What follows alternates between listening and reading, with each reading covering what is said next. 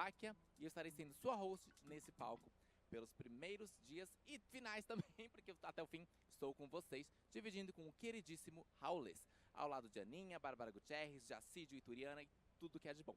Bom, estão me ouvindo direitinho? Tudo certo? Ok, vamos lá. Primeiramente, eu queria agradecer a quem está fazendo esse evento ser possível, ou seja, os nossos patrocinadores. A gente só tem a agradecer à Lei de Incentivo à Cultura, Banco do Brasil, Sabesp, TNT, Brasil Games, Abra Games, Apex Brasil, Prefeitura de São Paulo e Governo do Estado de São Paulo.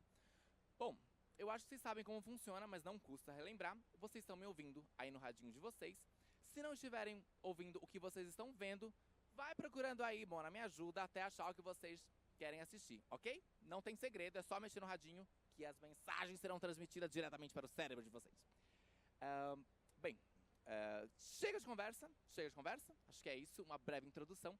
A gente vai direto para o nosso primeiro conteúdo do dia e a gente está recheado de conteúdos.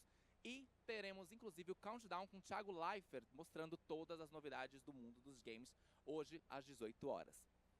Para o nosso primeiro painel, eu quero dizer que a gente vai ter Lucas Cury, do grupo Carajás, falando sobre importação de dev kits e operações de câmbio. Então eu convido ao palco Lucas Cury, do grupo Carajás, que vai entrar a qualquer minuto. Assim que ele entrar, quando ele entrar, ele entrou. Se não entrar, é porque não entrou ainda, entenderam? Vou explicar de novo para quem não entendeu. Na hora que o moço entrar, quer dizer que ele chegou, né? Se não estiver aqui, só tem eu. E aí quer dizer que ele não chegou. Mas, enfim, a gente vai ter uns desdobramentos sobre como importar os dev kits para o Brasil. A gente vai falar sobre desenvolver esse processo de importação temporária de dev kits e operações de câmbio. Olha, se você, como eu, não faz ideia do que significa, fique aí também que a gente vai descobrir juntos, porque eu confesso que esse eu achei complicado, mas estou super animada para descobrir o que vai ser. A hora que o Lucas estiver pronto, ele vai subir e vai representar o grupo Carajás. Bem, reforçando que eu divido o palco hoje com o Raules, que vai dobrar comigo. Ao lado a gente tem Aninha, a gente tem Bárbara Gutierrez, a gente tem Turiana, Jacídio, todos prontos para entretê-los durante todos os dias do evento. Não custa reforçar os nossos patrocinadores. Vamos mais uma vez, Lei de Incentivo à Cultura, Banco do Brasil, Sabesp, TNT, Brasil Games, Abra Games, Apex Brasil, Prefeitura de São Paulo e Governo do Estado de São Paulo. Lucas, seja muito bem-vindo. Vamos lá com o Lucas Cury, do grupo Carajás. Olha, palmas. Boa tarde. Boa tarde, meu nome é Lucas, sou do grupo Carajás. Hoje nós vamos conversar um pouquinho sobre, deixa eu entrar aqui, sobre importação temporária e câmbio. Nossa agenda de hoje, basicamente, é falar os tipos de importação que nós temos no Brasil. A gente vai transitar também um pouquinho sobre as admissões temporárias que a gente tem liberado hoje pela Receita Federal, que podem ser aplicados para o mundo de vocês. Depois a gente vai passar sobre os tipos de câmbio que são possíveis de utilizar nas admissões temporárias principalmente. E aí no final vou abrir um pouquinho para perguntas, caso alguém tenha, senão vou estar disponível aqui para a gente conversar ao final do evento. Eu gosto sempre de começar falando sobre importação temporária, trazendo um case, né? E aqui eu trouxe o case do Gustavo. Claro que é um case fictício, mas ele ilustra bastante o que a gente recebe dia a dia. O Gustavo, um empreendedor, inaugurou aí um estúdio, vem dando bastante certo. E ele, felizmente, teve a aprovação para conseguir os seus dev kits no Brasil. Gustavo, sabendo que os dev kits vão abrir novos mercados, novos contratos, novas receitas, ficou extremamente feliz. Não é à toa, a gente sabe o quanto difícil isso é e a gente sabe o quanto difícil é conseguir abrir novos clientes hoje em dia e o Dev Kit é a possibilidade dele conseguir abrir esses novos contratos. No entanto, o que o Gustavo não esperava é que o Brasil ele tem na aduana praticamente um conto kafkaniano. Quem já leu Franz Kafka vai entender do personagem que se torna uma barata, ele vai se transformando. é que ele vai trazer esses dev kits para o Brasil, ele entrou em pânico, porque não é algo simples de ser feito. Não é? O Brasil é um país que, infelizmente, é a terra do mas depende. O Brasil, infelizmente, é a terra onde a legislação não é clara. Muitas vezes ela é até mesmo omissa. E isso faz com que o nosso amigo Gustavo se torne, depois de mergulhar entre tantas instruções normativas, legislações, portarias Siscomex, ele se torna no homo burocratus. Essa é a realidade do empreendedor brasileiro quando tenta realizar algumas importações, né? E a ideia aqui é desmistificar um pouquinho isso, trazer algo mais simples para vocês, para explicar que a importação não é complexa. A importação é algo simples que pode ser feito por qualquer estúdio, seja pequeno, médio ou grande, desde que, obviamente, tenham seguido aí os trâmites legais, né? E como é que eu faço isso? Como que é feita a importação no Brasil? Em resumo, nós temos dois caminhos aqui para trazer. Eu ilustrei a importação acompanhada porque é algo que a gente recebe com bastante frequência. O que é importação acompanhada? Poxa, Lucas, vou trazer alguma coisa, vou trazer os dev kits, mas eu não vou trazer um container, eu não vou trazer um pallet, eu vou trazer uma caixa. Eu não posso embarcar, pegar um voo e trazer? A gente entra no que o slide anterior falou. Sim, mas depende.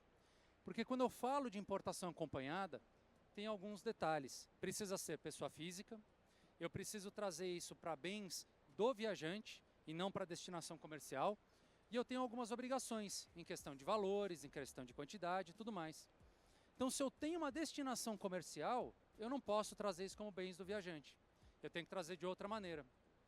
Além do mais, eu ainda tenho obrigatoriedades como importação acompanhada quando eu tenho valores acima de $10.000 ou acima da minha cota. Qual é a cota? $1.000 para aéreo e $500 marítimo e terrestre. Legal. Mas se eu trago isso na minha mala, eu consigo ainda assim direcionar para uma destinação comercial? Consigo, mas aí a gente entra na importação formal. Na importação formal hoje eu preciso basicamente de um radar, que a empresa é cadastrada dentro da Receita Federal, e eu preciso fazer um despacho formal. Poxa, mas se eu trago isso via correio, eu também vou precisar passar por isso? Sempre que eu tenho o uso comercial, destinação econômica de um bem, eu preciso ter a destinação aduaneira de um despacho formal. E essa é uma imagem que eu acho que gera medo, ansiedade, entre outras palavras, para todo viajante. É o momento que ele se depara entre nada a declarar e bens a declarar, e ele fala, e aí, para onde eu vou? O que eu faço? E eu costumo dizer que o medo, isso é da natureza humana, o medo nada mais é do que o desconhecimento. Quando eu desconheço, eu tenho medo. Então, conhecer os processos aduaneiros tira o medo, inclusive de quando olhar para a cara do fiscal e ficar com aquela cara de pânico. O que eu faço? Será que ele vai me selecionar? Porque isso não é um mistério, não é um bicho de 7 cabeças. Trouxe aqui um exemplo. Esse quadro, inclusive, é da própria Receita Federal, que simplifica. De uma maneira muito clara, o que eu preciso entrar em bens a declarar e nada a declarar. Poxa, se eu estou trazendo um bem, destinação comercial, que demanda regulatório, ou seja, Anvisa, Vigiagro, Vigilância Sanitária, Inmetro, qualquer coisa do gênero, eu preciso entrar no bens a declarar. Talvez eu não consiga sair com a mercadoria junto comigo, porque ela vai passar pelo trânsito de importação. No entanto, eu preciso ir para lá. Ou quando eu estou acima da minha cota, também passo lá.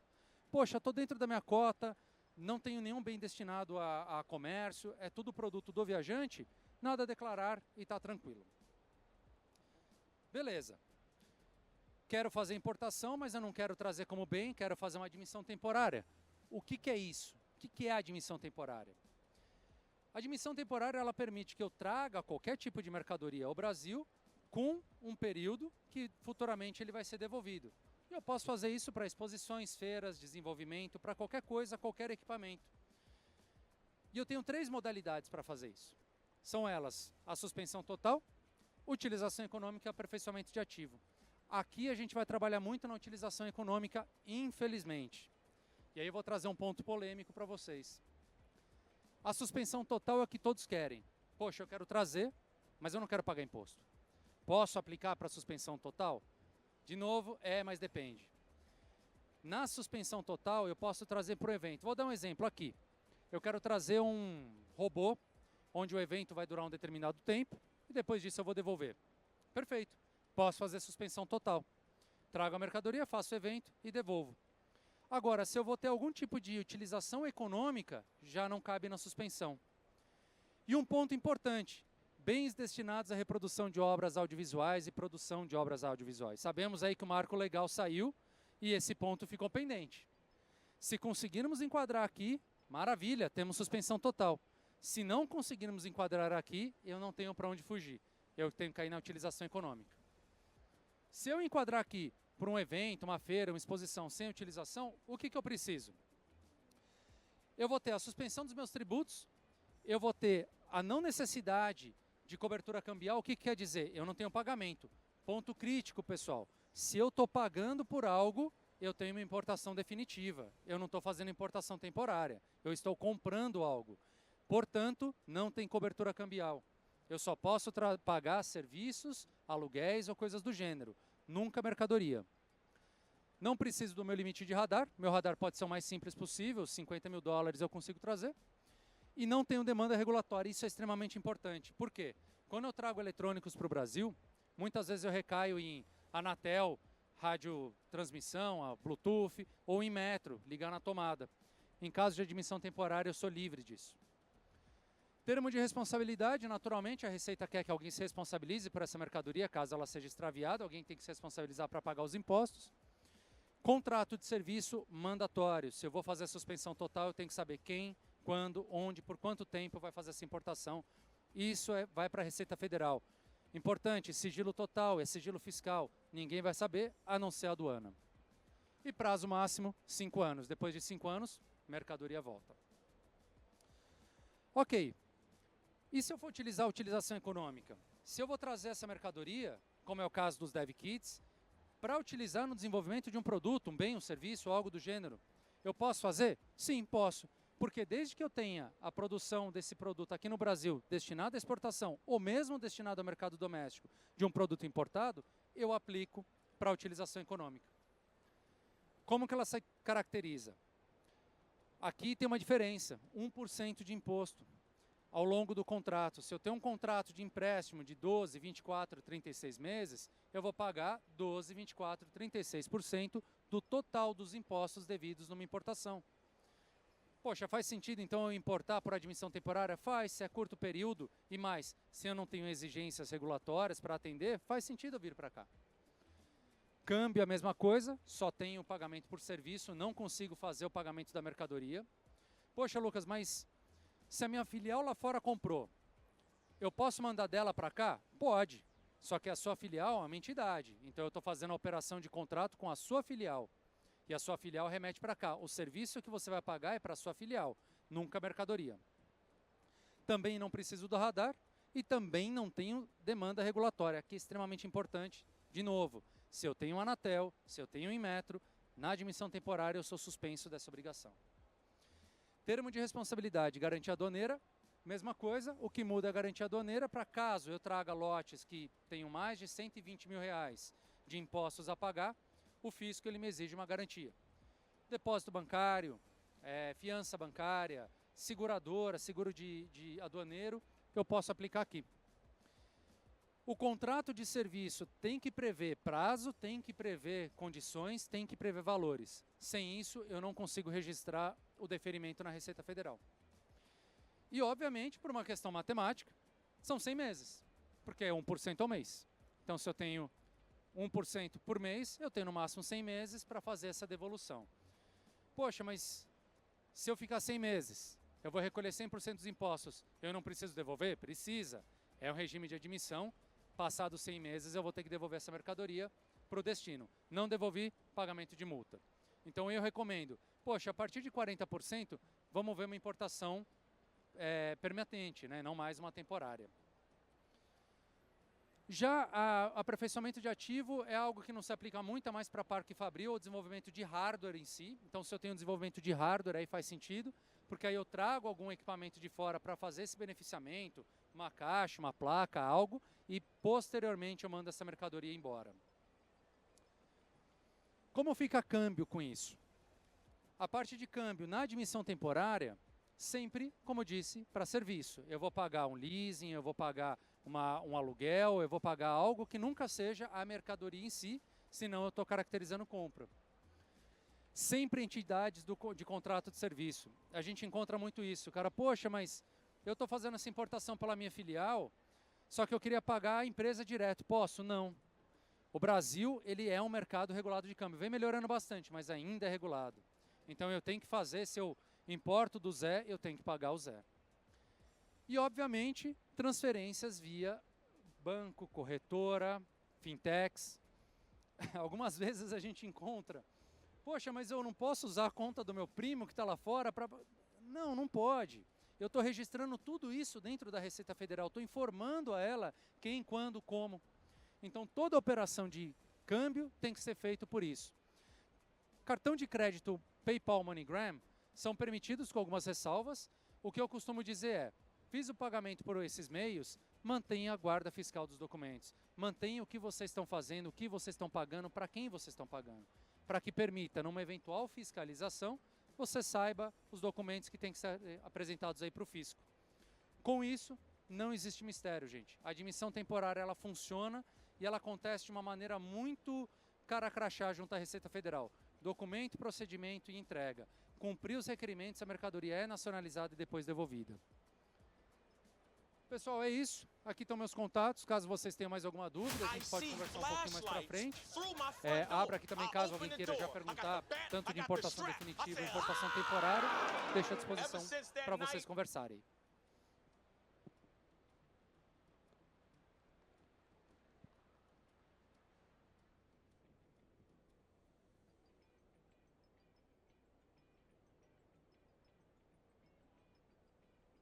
É o seguinte, vamos absorver o conteúdo e a gente já volta.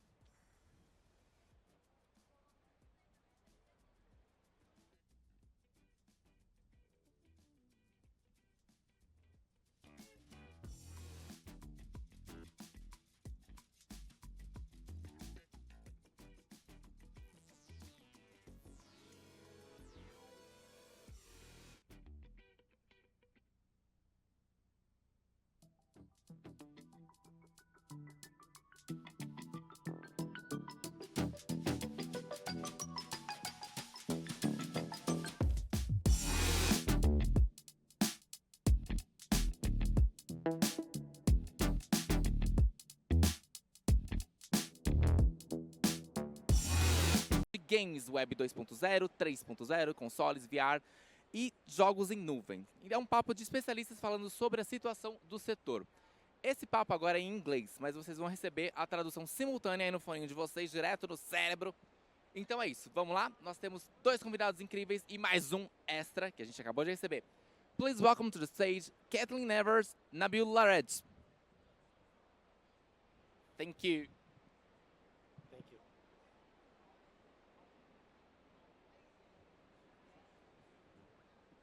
Oh my God.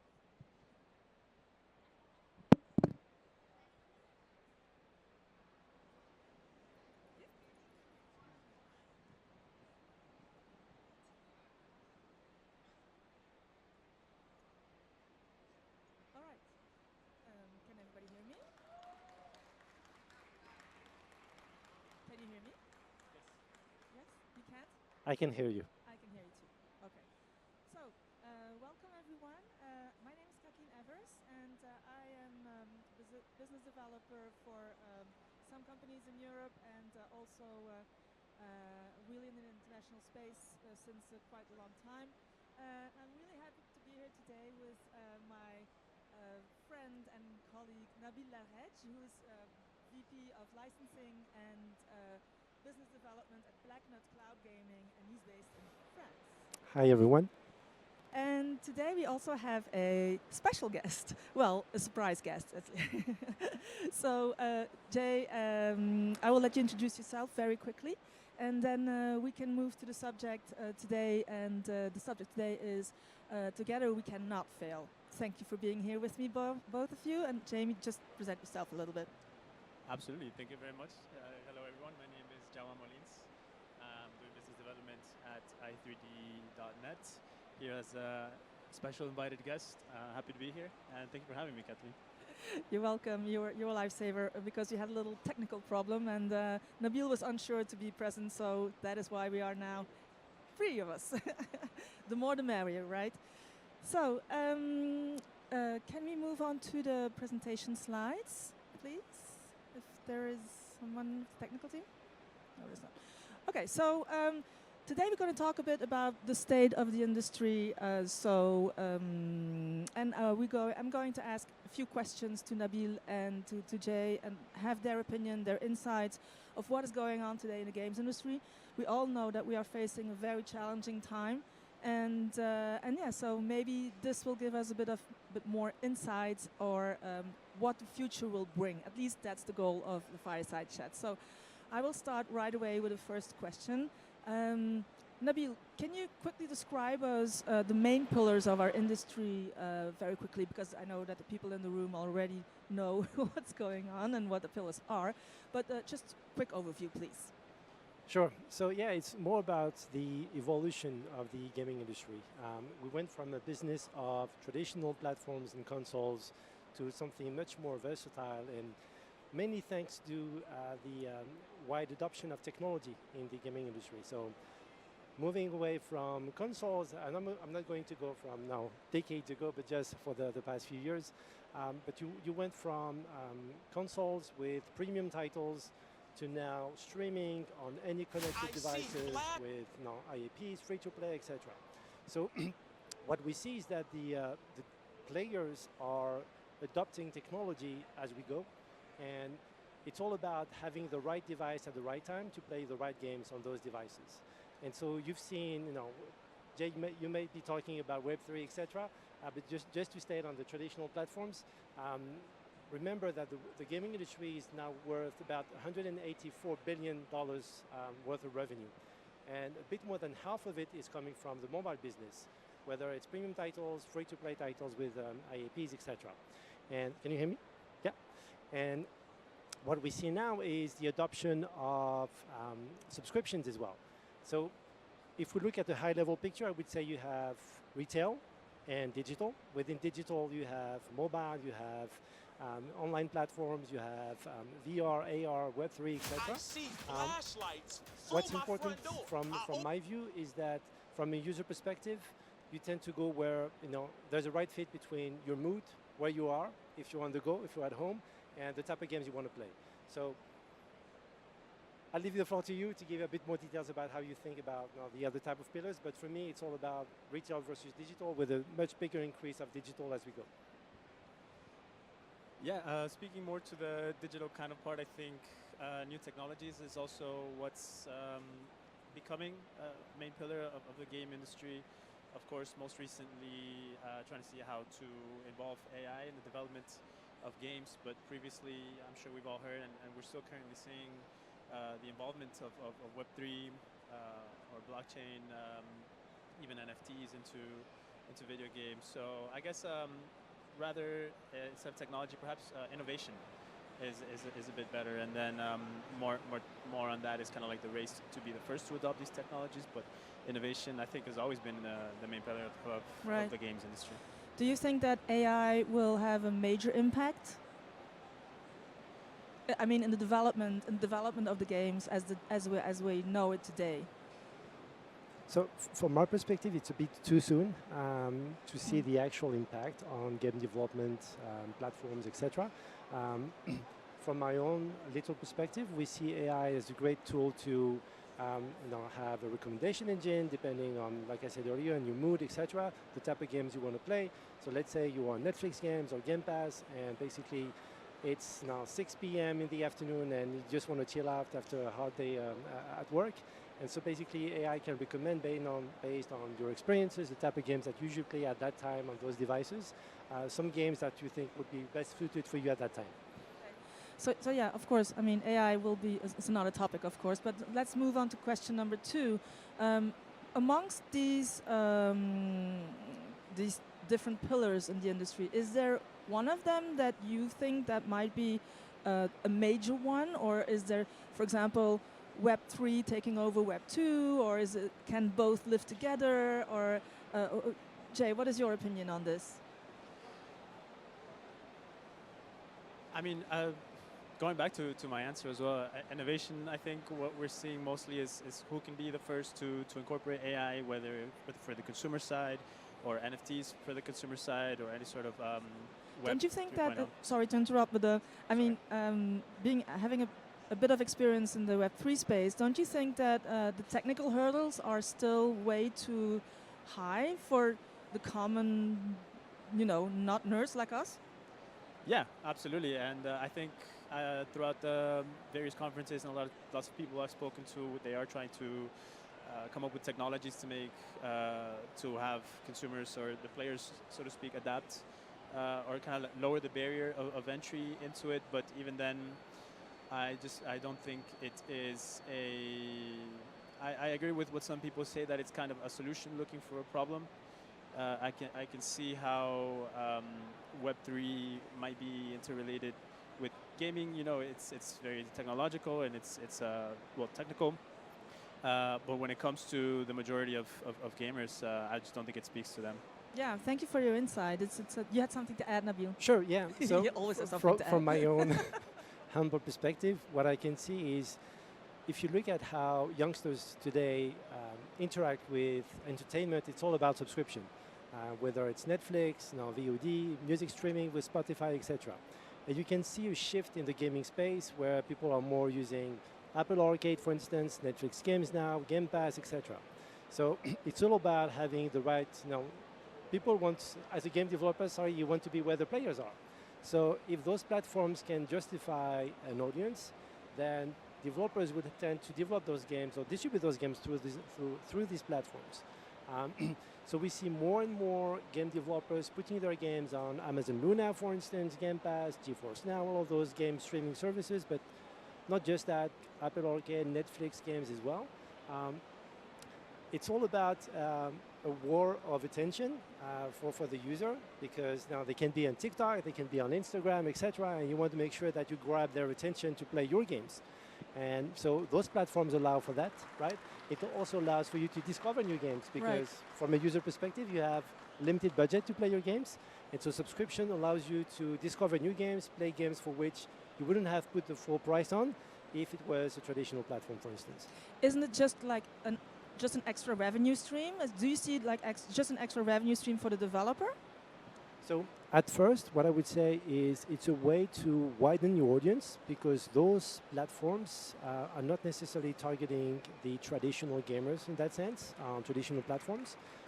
So most of the users on Blacknut, for instance, don't have a Steam account or later generation consoles. So they come on the platform with a nominal fee to they have access to more than 700 games, PC premium games. So it allows for game developers to be visible to them. If you look at Steam, the sheer amount of games that is being deployed and released every week, every month. 1,000 games. Thousands of games, exactly. So those platforms allow for curation of a couple of hundreds of games, and then you can play those games without having to pay the full price, and it allows for discoverability, which is a major issue in the gaming space. And from your perspective, Jay, in terms now with your company, i3DNet, who's a Ubisoft company, what is the takeaway, the global takeaway of your management, for example, and even you in your position as a biz dev director? How would you see the future? And I have another question, but I'll let you answer first. Can you quickly clarify? See the future of? The future of the industry. I think Nadio kind of hit it on the nose with the subscription model. It's all about reaching your audience, especially as you're trying to fight for their attention in the different sorts of entertainment. And at least I can speak for, say, i3D.net, and we're trying to help developers reach the audience that they want. So we try to get as close to the players as possible. So we have our own private network with lots of points of presence to really kind of lower latency and improve that online multiplayer experience. So I think as games evolve and they become a lot more, for example, metaverse or online is also becoming a much easier accessible to make for developers, but also what gamers kind of want to see, especially during COVID, as things kind of went online we saw a rise of people wanting to hang out in Yeah. online spaces. And so I think the future of gaming is really really creating a cozy or a nice experience online, and then whatever the case for which titles that may be different. Gotcha. And so you were mentioning COVID. Do you think that COVID, for some reason, well, what would be the reasons that, you know, the state of the actual state of the industry, it's not only about COVID, right? What is, Nabil, this is for you. What is, in your experience, I mean, this is not the first time that we have this crisis, but at this time we go very deep. But what would, in your opinion, be the main reasons of the actual state? Sure. So yeah, so coming back to COVID, because it's the most recent one, right? People had time, right? So they played a lot, and you know, it was sending signals to game developers and publishers that they had the players' attention. So more games were being played. There was more revenue pouring from the same type of games in a short period of time, and more investments as well from publishers, VCs, investors in the gaming industry. So it created this type of big bubble, which was great for the gaming industry because it was not a healthy model in that sense, but it was creating a very good positive signals to the players, but also to the game makers. The side effect of that is that after COVID, people went back to work, etc., and they had less time as well to play games. There was inflation that came out of that of COVID as well, so the cost to acquire a game was much higher as well, and the cost to develop a game became higher as well. So it created this bubble where there was overinvestment in the industry, and the expectation for those games was the same as the COVID period, which was not necessarily the right target. So with those overinvestments, companies were not targeting the price point that they were hoping to get, the revenue that they were hoping to get. It created these waves of, unfortunately, of layoffs in the industry. But it's not just that. If you look at the overall space, it's also about consolidation. If you look at companies like Embracer Group, for instance, that had a strategy of acquiring a lot of studios without necessarily creating the glue between each studio. There was no streamlined process between all the studios, etc. So overall, there was different teams working on the same project, so without the same type of revenue, because it was one point of entry for the revenue. So these type of approaches, I hope is not going to be replicated again in this space. I think we learned our lesson, right? Yeah. So, Jay, do you have something to add to Nabil's analysis, or is that for you the same? Are you aligned with him, or do you have a different opinion on this? No, I'm certainly very, very aligned, and I just remember reading that I think COVID really accelerated what would have happened in a few years. So now the industry is kind of leveling itself out to the point that it should have been at, were it not for that kind of point. So I completely agree with that sentiment. It's still important to send a positive signal, right? The industry is growing, right, in terms of revenue, of course. I think the annual increase rate is about 10% from last year, which is very good if you compare it to the music industry or the movie industry. That's true. This industry is very resilient as well, and adopts technology at a level that no other industry does. So as we're talking about the future, etc., so as time passes by, I can see developers, publishers, platform holders adopting those new trends in technology to develop games using those tools. Okay, so hence the title of the Fireside Chat. It was Together We Cannot Fail. So do you think that making more like as a union between the different pillars would help us to get a healthier balance soon, or is that too much asked? So I don't think it's technically feasible at a global scale, but from a regional scale, say UK, US, Latam, etc., it's all about sharing best practices between studios, use cases, what has worked, what hasn't worked, developing this type of game or this type of games online, free-to-play, premium, etc. So there's a lot of gaming events out there. It's very important for studios to communicate with each other. There's always a lot of Yes, events are very important, right? I think that is also you were talking about glue. That is also something that keeps us together. We basically always see the same people, but still we have so much to tell to each other, with so much to learn from each other. And for me, that is actually the most important part of, scaling up the future and shaping the future again, so that actually we will have a even more brighter future together. In, I don't know, talking of a timeline, what is your takeaway, Jay, on the timeline for this? Because that's a tough one, right? Sorry. Well, actually, I kind of have a different point of view, if I may. So, we're a creative industry, and things kind of have to be kept under wraps most of the time. Out of fear of having an IP copied or stolen, or whatever the case may be. So a lot of studios, and rightfully so, have their secrecy within their technologies, within their IPs, within their organization. So I see the sense of together we cannot fail. I see it more in terms of partnerships that you create, whether it's with other studios to do co-development or with service providers. But I think it's certainly time for the industry to kind of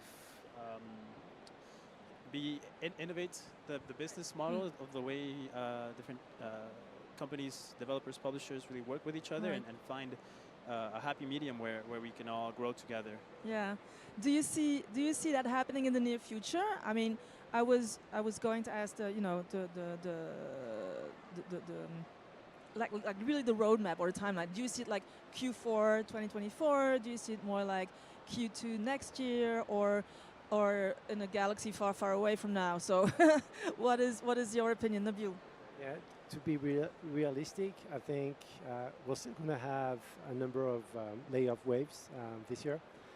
But there is some positive signals, right? So There are. You see more and more investments from publishers, from VCs in the gaming space, which is the beginning of hopefully a positive trend for game makers.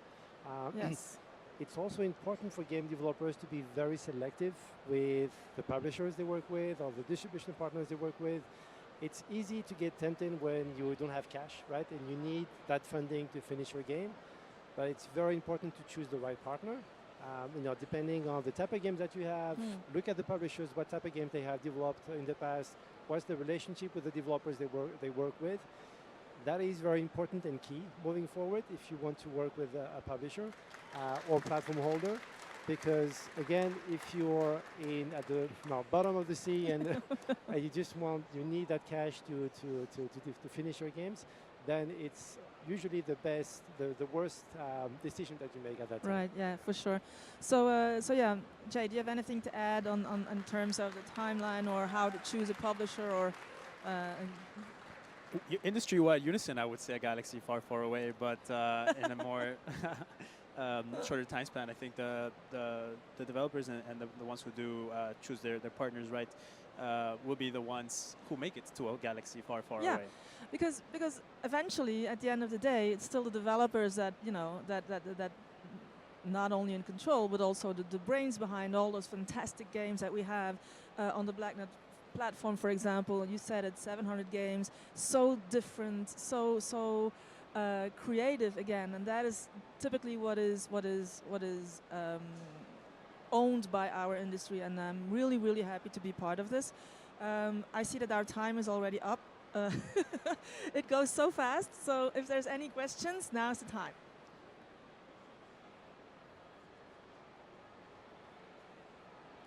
Well, in that case, thank you very much, both of you, for being here. Thank you and the audience for having listened to us, and I hope you will all enjoy a fantastic show.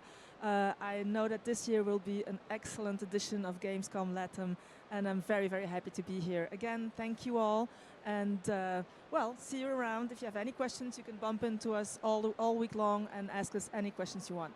Thank you very much. Thanks, everyone.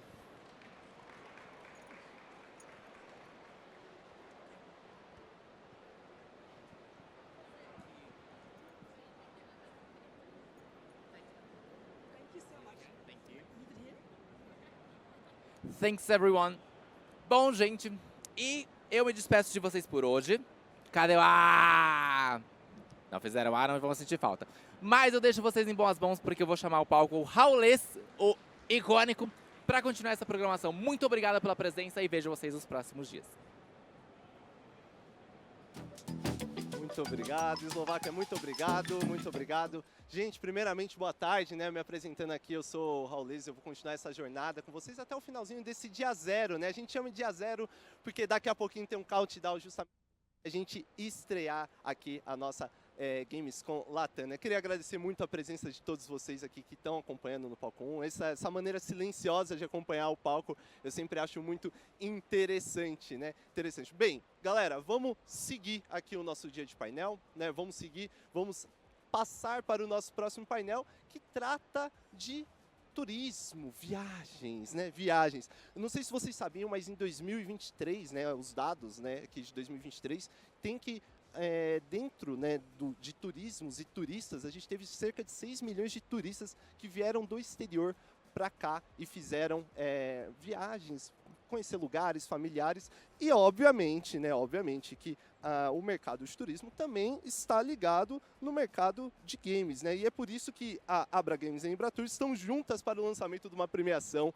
que é o Brasil tá pra game, né? Eu adorei, inclusive, o nome da premiação, tá de parabéns quem criou o nome. O Brasil tá pra game. E quem vai explicar isso direitinho, parte por parte, o famoso tintim por tintim, vai ser justamente nada mais, nada menos do que ele, o Marcelo Freixo, que é o presidente da Embratur. Inclusive, eu já vou pedir para o Marcelo entrar. Será que o Marcelo já está preparado? O Marcelo já está por aqui. Se não tiver, a gente vai chamando e daqui a pouco ele entra também, não tem problema. A gente espera um pouquinho. Lembrando vocês, mais uma vez, quer conferir toda a programação que está na nossa Gamescom, acesse o site latam.gamescom.global, que você tem lá toda a programação, tem em português, tem também em inglês, você consegue filtrar por dias, palcos, a gente tem mais de um palco, como vocês puderam observar por aqui, tem o palco Quest também, então você pode filtrar por lá para poder saber a programação inteira, para você ficar atualizado e até, quem sabe, sintonizar o seu radinho aqui sentado no nosso palco para saber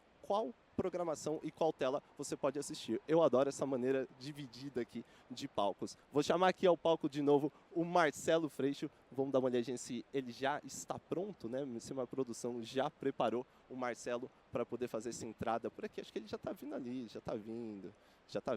Ele está vindo por aqui, sim. Mas bem, como eu disse para vocês, não esqueçam de passar lá no site para não ter nenhum erro de programação, se você quiser acompanhar algum dia específico. Acredito eu que o dia de sábado está já esgotado, infelizmente, mas os outros dias tem ingresso disponível. Então, se você ainda não comprou o ingresso dos outros dias, aproveite que ainda está disponível, sim, o ingresso da Gamescom Latam, a primeira edição da Gamescom Latam, e o nosso dia zero, como eu disse para vocês, está apenas na metadinha, no meio ali, ainda tem um countdown, tem o Thiago Leifert que vai trazer algumas novidades, sim, estou adiantando aqui, vai trazer novidades aqui pela área. Não sei se vocês já aproveitaram um dia também para passar em alguns stands antes de pararem aqui no nosso palco de painéis, né, e algumas palestras. Eu não sei se já aproveitaram, mas eu aproveitei, obviamente, tá sem fila, né?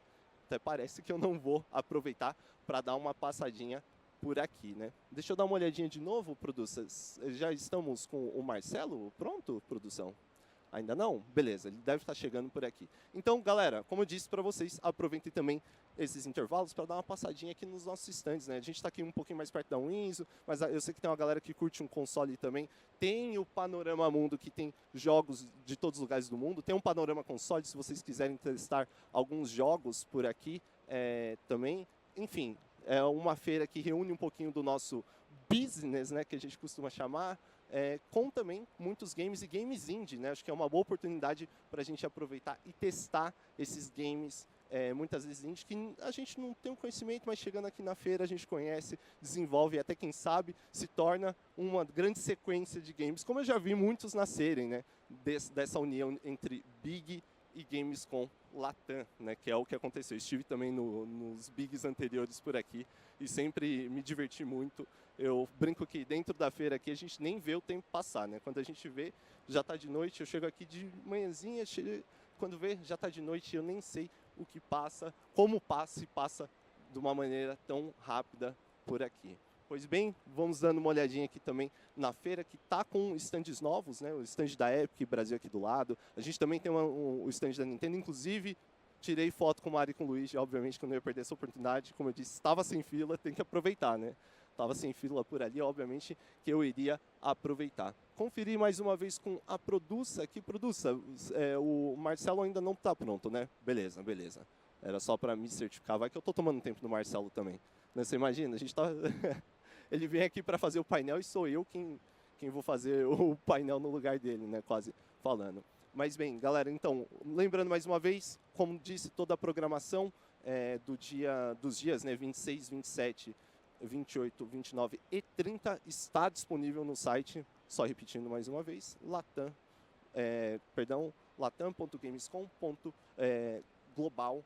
Aí você pode pôr um /PT, que vai estar em português, ou um /EN, que vai estar disponível em inglês também, essa programação. Só como uma informação acho que é importante, né? Eu falei de palcos, a gente tem essa divisão de palcos 1, 2 e 3 até a sexta-feira.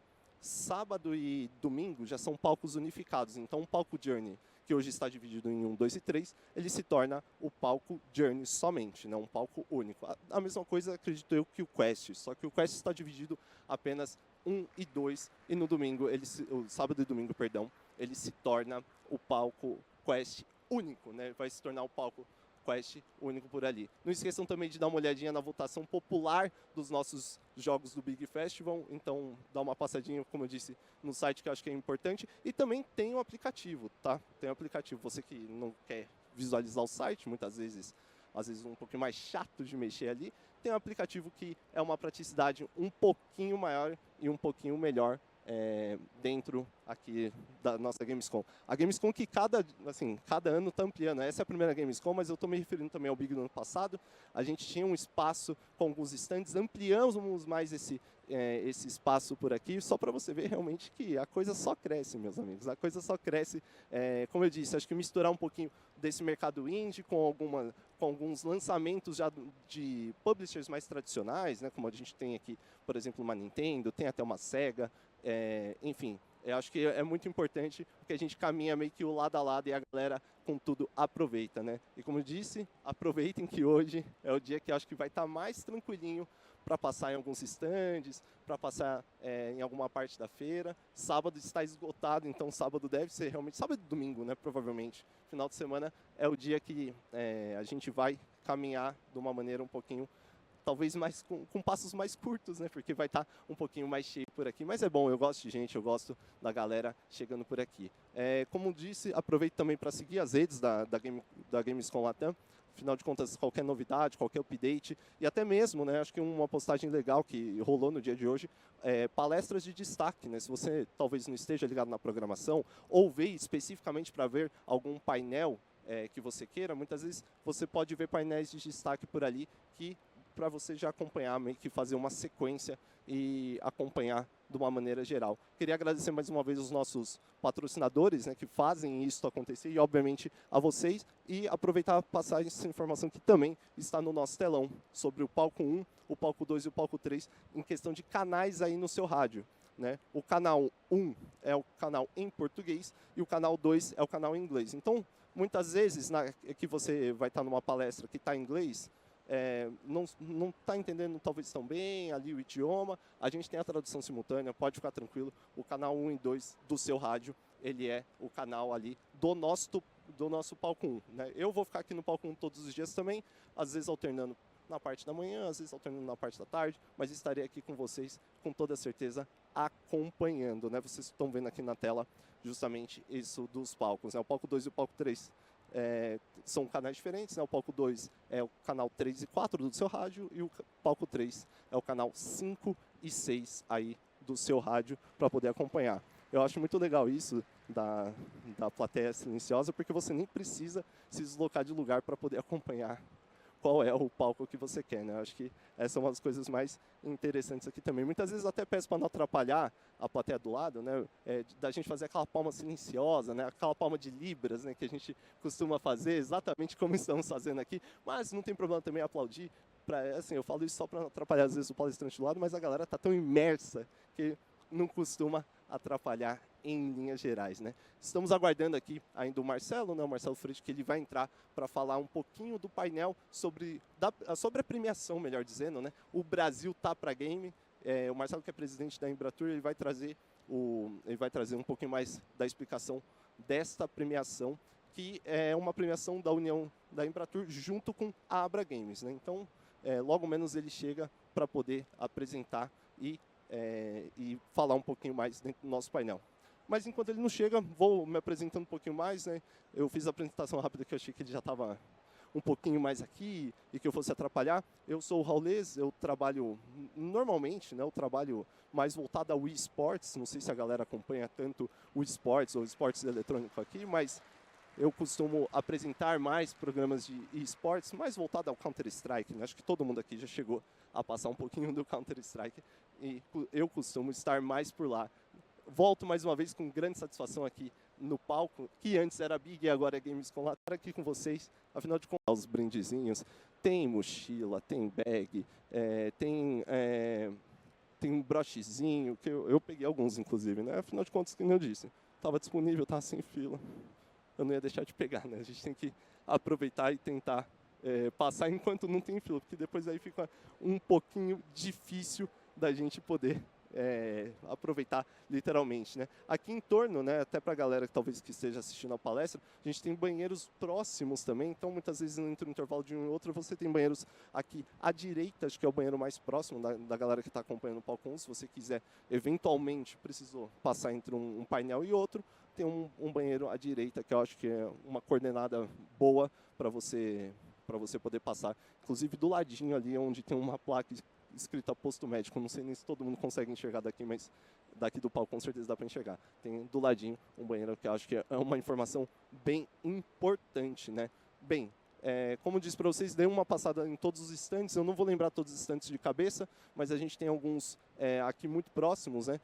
O da Nintendo está aqui próximo, a gente tem um panorama mundo e o panorama consoles também, que também está muito próximo, que tem coisas da Sega por ali, tem o stand da Epic, né, para a galera ali dos jogos, tem o stand da Logitech um pouquinho mais aqui à nossa esquerda, e caso você esteja perdido em mapa, a gente tem esse mapa também disponível não só em app, como também tem disponível no site que eu já tinha citado. Lá você encontra com uma divisão certinha de stands, tem até as ruas por aqui, né? Não sei se vocês conseguiram enxergar, ali atrás tem um G, E, enfim, as ruas que estão com o alfabeto justamente para você se localizar. Está na rua tal, na avenida tal. A gente coloca o número da avenida, né? Avenida 3 e Avenida 4, e ruas sequenciadas por ali, né? Ruas E, Rua G, Rua J. A galera que já veio aqui, não sei se a galera já veio aqui nesse espaço também para CCXP. CCXP também costuma fazer essa divisão justamente para você se localizar, né? Eu particularmente eu fico muito perdido em alguns momentos, então é importante ter essa localização. Eu descobri aqui que o Marcelo já está pronto, inclusive o Marcelo pode ficar à vontade para entrar, para falar mais um pouquinho do Brasil Tá Pra Game, essa premiação. Fique à vontade, Marcelo, para fazer essa entrada. Vamos aplaudir o Marcelo por aqui, gente. Vamos aplaudir que ele vai começar aqui. Gente, licença, viu? Rodrigo, mais uma vez, prazer estar aqui, viu? Obrigado. Eu vou introduzir aqui nosso ilustríssimo convidado hoje para a gente fazer, presidente da Embratur, Marcelo Freixo. Obrigado a todos, uma ótima Gamescom Latam, nosso primeiro evento aqui da Gamescom na América Latina, que segue um histórico grande aí do Big Festival. Primeiro, enfim, agradecer demais ao Marcelo Freixo, que está aqui no papel de presidente da Embratur. A gente, como a Abra Games, assinamos, né, uma grande parceria com a Embratur hoje, e o Freixo está aqui para contar um pouco dessa iniciativa, a gente conversar aí nos próximos minutos também, como os games, de fato, para além do entretenimento, podem ser um grande potencial para o turismo, né? Então a gente está muito feliz e muito entusiasmado com o potencial agora do uso dos videogames também como uma plataforma para promoção e também divulgação do turismo e da nossa cultura do nosso país. Freixo, obrigadíssimo. Imagina, Rodrigo, obrigado, boa tarde a todas e todos. É um prazer imenso estar aqui com vocês. Obrigado pela confiança, pela parceria. Eu acho que Abra Games e Embratur fazem algo muito inovador aqui hoje. E só para explicar o que é Embratur, né, não necessariamente todo mundo tem que saber, mas a Embratur é a empresa brasileira que promove o turismo internacional, promove o Brasil no mundo. E a gente vive um momento importante em relação a isso, um momento de crescimento do turismo internacional depois da pandemia. Né, nós tivemos um período muito duro em relação ao turismo e agora a gente retoma o número de turistas que vinha para o Brasil antes da pandemia, com uma arrecadação muito importante. E o turismo internacional, quando entra, gera receita. Então a gente está falando de geração de emprego e renda. Essa aproximação, essa parceria, né, do mundo dos games, né, que envolve tanta gente, que envolve tantas gerações, não é só de jovens, como aparentemente pode criar uma imagem. Né, com a promoção do turismo, é algo que o audiovisual, de maneira geral, já vem fazendo. Vários países do mundo, através do audiovisual, promovem os seus destinos. Né?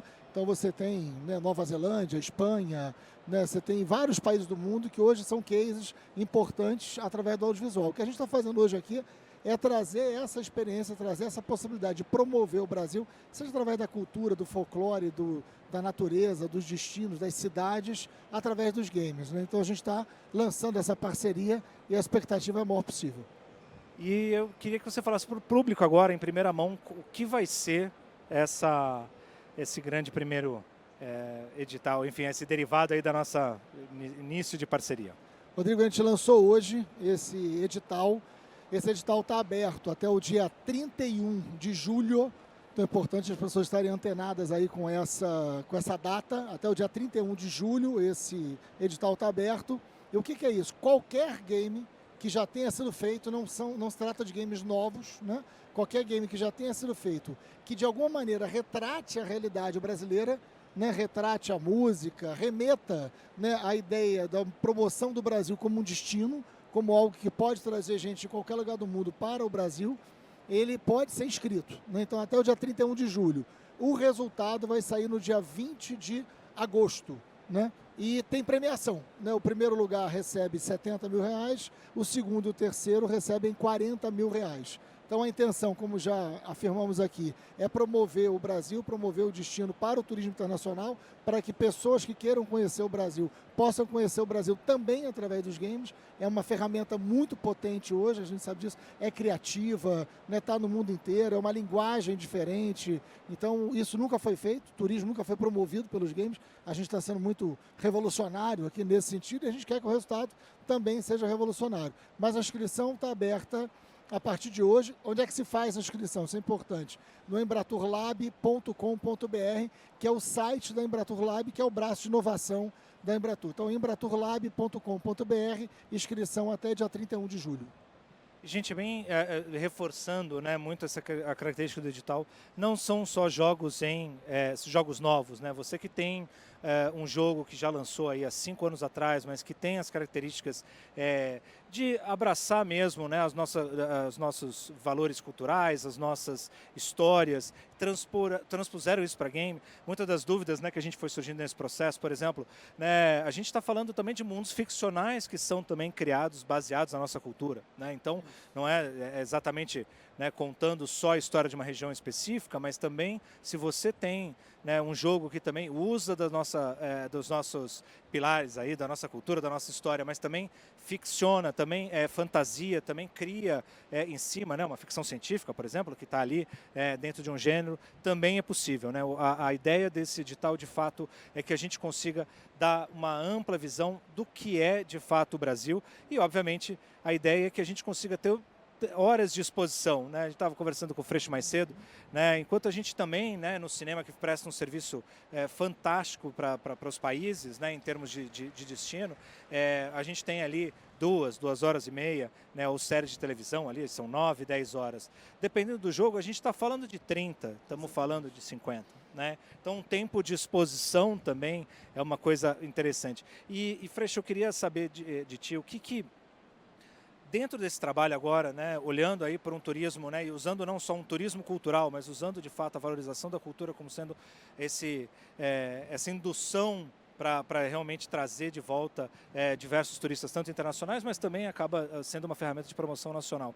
Olhando, né, agora a gente está no evento de games, né, como é que você está enxergando esse uso dos games agora também, não só também de conteúdo, mas se existe também um olhar para além, né, do produto game, né? Como é que o game também pode ajudar de fato o trade turístico, né?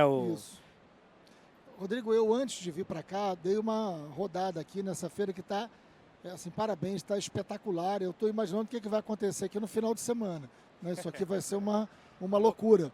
Mas eu só em passar aqui, eu já vi experiências que se adequam perfeitamente o que a gente está falando, né? Então já vi, né, um game que se passa na Avenida Paulista, outro que se passa em Salvador, outro que é absolutamente ficcional, né, mas tem traços da cidade de Paraty, de Ouro Preto, né, comunidades indígenas, tradição do folclore brasileiro, e mesmo sendo um universo absolutamente ficcional. Então, todas essas experiências que já existem, as pessoas já produzem isso, podem se inscrever no nosso edital. O que a gente quer é isso, porque quando você vai descrever o que é o Brasil, o Brasil é muito diverso, né? Perfeito. O Brasil é muito amplo, o Brasil tem muitas perspectivas, tem muitas camadas. Você imagina, a Europa do euro, o Brasil é 2 vezes a Europa do euro, né? Então, assim, isso aqui é de uma diversidade, 6 biomas, culturas diversificadas, gastronomia diversificada, né? Assim, cultura, imagina, eu estou saindo daqui hoje, vou para Parintins, você tem carnaval, você tem, tudo isso pode ser cenário, né, tudo isso pode ser espaço de games, né? E tudo isso promove o Brasil nas linguagens que pertencem aos games, né? Então, que consolidadas já. Então, o mundo, isso é irreversível, né? Esse mundo do games é um mundo hoje, a gente também comentava, você tem toda uma geração hoje que está mais inserida no game do que em qualquer audiovisual televisivo. Né? Você tem gerações e gerações que hoje estão no mundo dos games, se comunicam, se conectam no mundo através dos games. E é preciso divulgar, promover o Brasil nessa sua diversidade através dos games, é isso que a gente quer. Aqui eu já vi diversas experiências. É isso, a gente pode, Rodrigo, ter uma experiência dentro de um site, né? A gente tem o site Visit Brasil.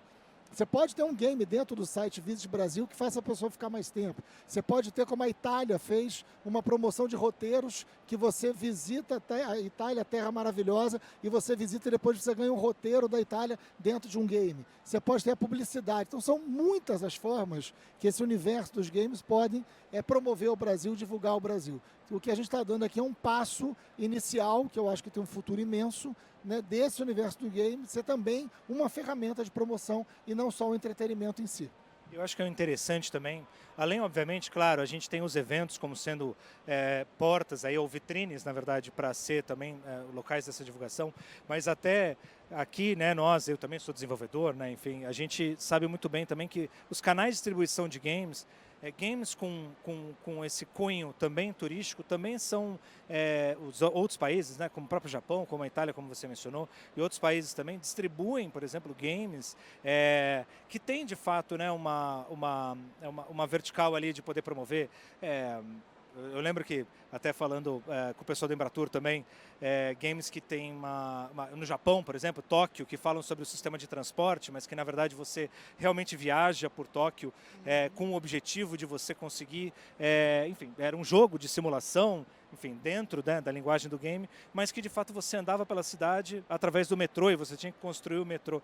E aí você, né, tem uma coisa. E os canais de distribuição de games também são importantes, né? Na hora que a gente começa a entender que o turismo também pode ser uma grande ferramenta de contação de histórias, né, de storytelling, de mecânica, a gente pode também usar os próprios canais de distribuição dos games para falar de turismo. Né? Então os eventos, claro, são sempre importantes, mas aqui eu estou falando para o pessoal aí que distribui jogo na Steam, que distribui jogo na Google Play, distribui jogo ali na App Store, enfim, todas as plataformas aí, distribuição de jogos também. A gente falar sobre turismo, também incorporar o turismo dentro dos nossos jogos pode ser uma grande ferramenta, inclusive também, não só para, obviamente, a gente valorizar a nossa cultura, mas também que a gente vai poder trazer esse soft power que a gente tanto fala, né? Exatamente, Rodrigo, e assim, aproximar esses dois universos, né? O universo do turismo é um universo gigante. O Brasil é um universo gigante no turismo. Você tem hoje aproximadamente 70 milhões de brasileiros que viajam dentro do Brasil. 70 milhões de pessoas que viajam dentro do Brasil. Desse universo do turismo, quantos estão inseridos no mundo dos games, né? Quantos, em todas essas famílias, tem alguém inserido no mundo dos games? 100%. É impossível não ter. Né? Então, como é que você aproxima dois universos que são tão potentes e fazer deles uma sincronia permanente? Ou seja, o mundo do universo dos jogos, ele é um mundo de promoção desses destinos brasileiros. Eu acho que criar essa cultura de aproximação que até hoje não existe, já tem muita gente fazendo game que divulga o Brasil, mas que não faz para isso. Faz porque é um entretenimento. Mas tem ali um potencial que ele sequer enxergou, né? Que é também de uma ferramenta nova que surge. Então a gente está muito animado com isso, acho que a perspectiva é a melhor possível. E, obviamente, quem não conhece a iniciativa do Embratur Lab é uma iniciativa fantástica, realmente, de fato, para se de se pesquisar, de fato, novas formas, né, de se falar do turismo. A gente tem alguns minutinhos, acho que o Embratur Lab é uma coisa recente, né, inclusive aqui na própria Embratur. Se você puder contar um pouquinho também de como é a iniciativa do Embratur Lab. A gente está aqui com o Roberto Chevaer, que é diretor da Embratur e é diretor responsável pela Embratur Lab. A Embratur Lab tem feito muitas parcerias, né? Então a gente tem usado esse mundo da inovação, por exemplo, para melhorar a experiência do turista nos aeroportos, né? Então a gente promove algumas startups que vão produzir como que a experiência do turista pode ser melhor num aeroporto. A gente teve agora um caso grave, né, da morte de um cachorro no aeroporto que sensibilizou, ou corretamente sensibilizou, o Brasil inteiro. Então, assim, você tem problemas que às vezes se tornam problemas nacionais. Você tem a troca das marcas. Enfim, como é que você resolve problemas através da inovação? Como é que você chama uma startup para melhorar a experiência do turista através da inovação? Então, a gente fez uma parceria agora com o Google, né? Então, qualquer turista internacional que esteja no Rio de Janeiro ou em São Paulo, que entre no Google Maps, já aparecem roteiros de turismo feito pela Embratur. Então, a Embratur Lab hoje é um instrumento, né, de sofisticação, de aproximação de diversos, né, universos com o turismo. A gente a rota literária, né, a gente tem as rotas literárias, né, ou seja, o cara vai visitar São Paulo, vai visitar o Rio de Janeiro, tem aqueles pontos turísticos que são tradicionais. Mas se ele souber que ele ficar mais um dia, ele vai ter uma rota literária, que ele vai conhecer mais daquela cultura, é mais um dia do hotel, é mais um dia do restaurante, é mais um dia, né, para ir num evento cultural, e é mais geração de emprego, é mais geração de renda. A gente vai agora, dia 14, no Rio de Janeiro, tem a Feira das Iabás, lançar, né, um edital com inovação para a promoção da Feira do Samba, que a gente vai lançar no dia 2 de dezembro, que é o Dia Nacional do Samba, para que as pessoas possam conhecer em bairros da Zona Norte, Madureira e Oswaldo Cruz, né, a história de vários sambistas importantes. Então isso é através de inovação. Então você pega o mundo tradicional do samba, aproxima da inovação, traz turistas para ficar mais tempo. Ou seja, essa ideia da Embratur Lab de aproximar o mundo da inovação do turismo é que nos trouxe ao mundo dos games. É isso, gente. Videogame é inovação, videogame é cultura. A gente sabe que a gente que trabalha aí no setor já há muito tempo sabe que é uma coisa indissociada da outra. E agora a gente incluir aí também o aspecto do turismo. Uma dica que eu dou para todos aqui, para todas, é que nós, como desenvolvedores, também a gente pode olhar o nosso jogo como produto final, mas também como processo. Então, processos também de como você também valoriza determinados, né, ali processos turísticos, por exemplo, né, olhando ali para a gamificação. Eu sei que são, enfim, negócios diferentes, mas também tem muitos estudos que trabalham, então acho que isso é também uma dica importante. Freixo, eu queria te dar aí os minutos finais para encerrar. Primeiro agradecer a Abra Games, agradecer a toda a equipe através de você, Rodrigo, e só reforçar, edital lançado hoje, né, quem tiver qualquer game já feito, né, que retrate, que remeta ao Brasil, seja cultura, né, memória, folclore, destino, pode se inscrever no site da embraturlab.com.br até o dia 31 de julho. Então a gente está esperando a inscrição de vocês. Obrigado e bom encontro. Prêmio Brasil tá para game, gente. Bora. Obrigado. Obrigado.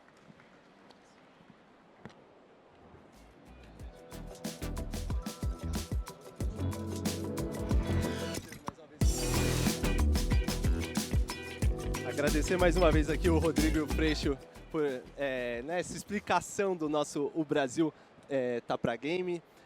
Galera, vamos continuar aqui o nosso palco, né? Aqui estamos no palco Journey 1, como eu disse a vocês, repeti isso algumas vezes, né? Estamos no palco Journey 1, vamos continuar o nosso dia aqui de painéis, né? A gente ainda tem mais 2 para encerrar o palco Journey 1. O palco 2 e o palco 3 ainda vão continuar em uma sequência. Bem, vamos caminhar para o próximo painel, que é justamente um painel que eu acho que a galera que é dev vai curtir um pouquinho mais. Quem que é dev aqui? Quem que está acompanhando aqui o palco 1 que é dev?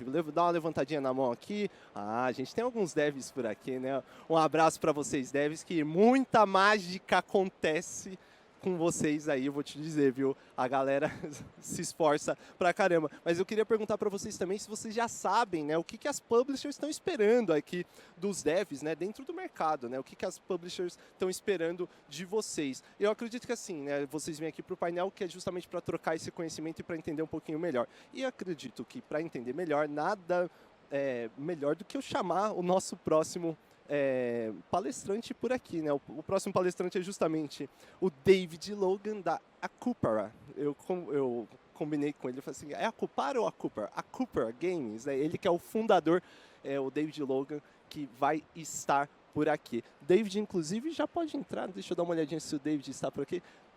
Palmas para o David, galera, palmas para o David por aqui, que vai dar o nosso próximo painel. Hello, David, how are you doing? Here is your microphone. Yeah. The stage is all yours. Thank you for having me. Amazon has not delivered packages to my house. 1 second. You ready? There we go. It's on. Wish me luck. You ever take the top off a pint of ice cream and just throw the lid away? My husband, when we first got married, I didn't even want to do vows. I just wanted to do concerns. Okay, thank you for having me.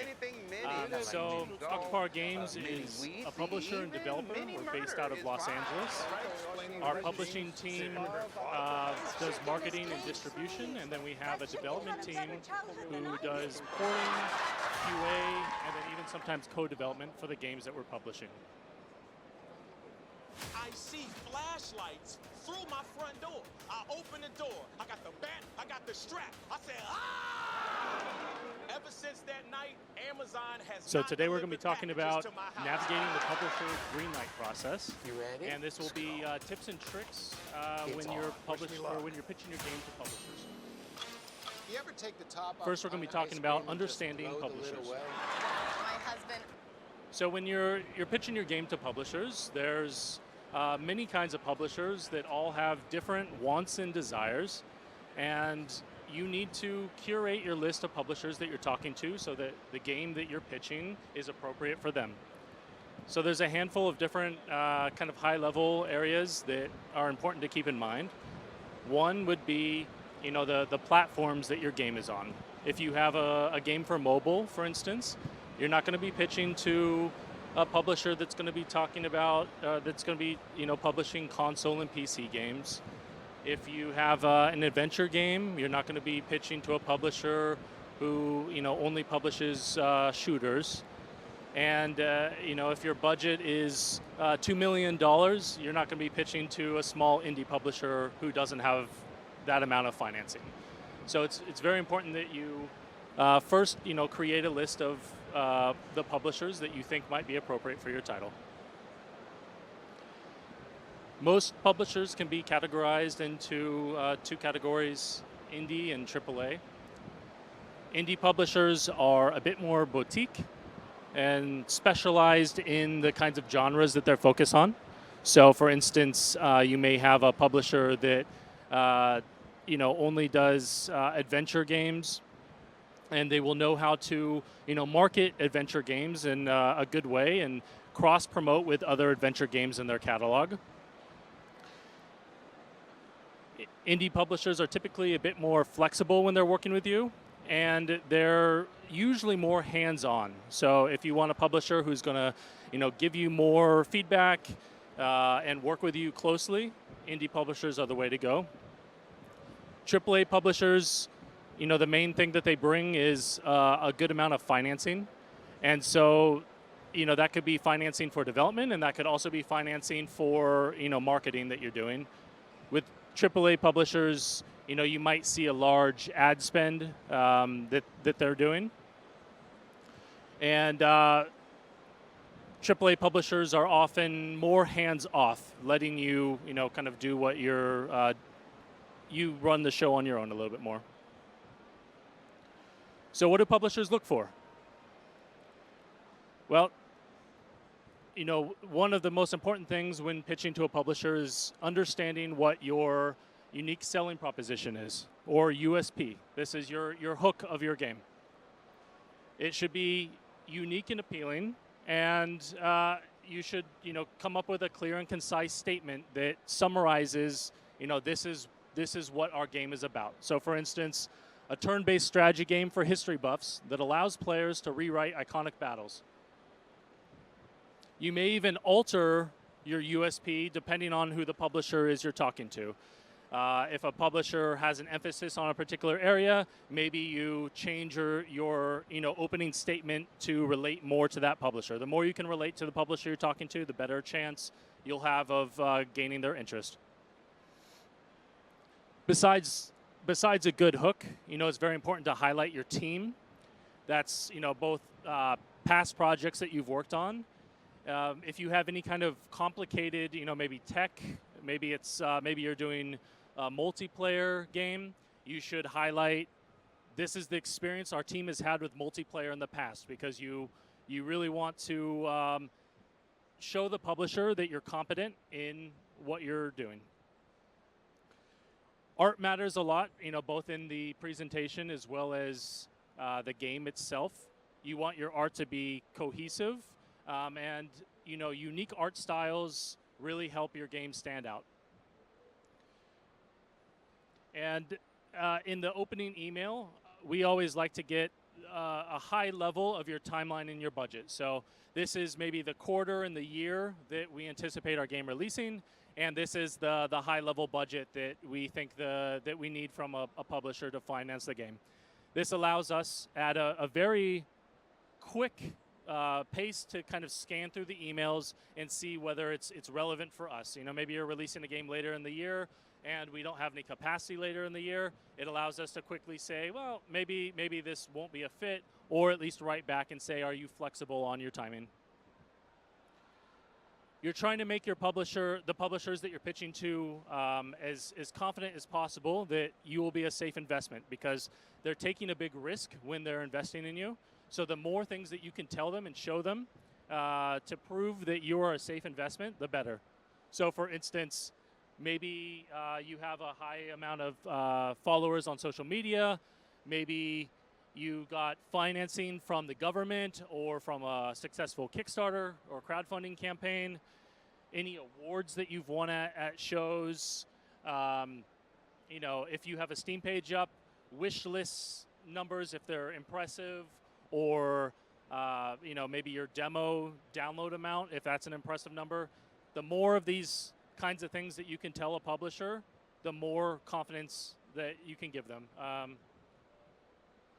So let's talk about the greenlight process. So this is when you pitch to a publisher, what do we see as a publisher, and what's kind of the process we go through to determine if we want to sign your game or not. So I can speak for Occupara, and our process is we get a lot of pitches. We probably get about 200 pitches a month, and to go through all of those pitches, for the first phase, we usually have to be fairly swift. So we're looking at, maybe this is your video, and I go through the video and watch the whole video, and then it's also going through, your email details, just at a very, very high level. If the game seems interesting and like it's a good fit, then it gets passed to the team to vote on the title and see if they want to review it.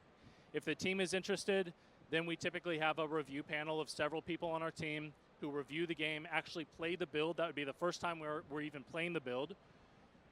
Play the build, write feedback, and gauge the interest. If people like the game past that phase, then that's when we set up a call with the developer. We learn more about your process, your greater vision, a more detailed breakdown of your budget and your timeline, and really kind of go through the nitty-gritty. It also is a good opportunity to see if there's a match in terms of personality fit.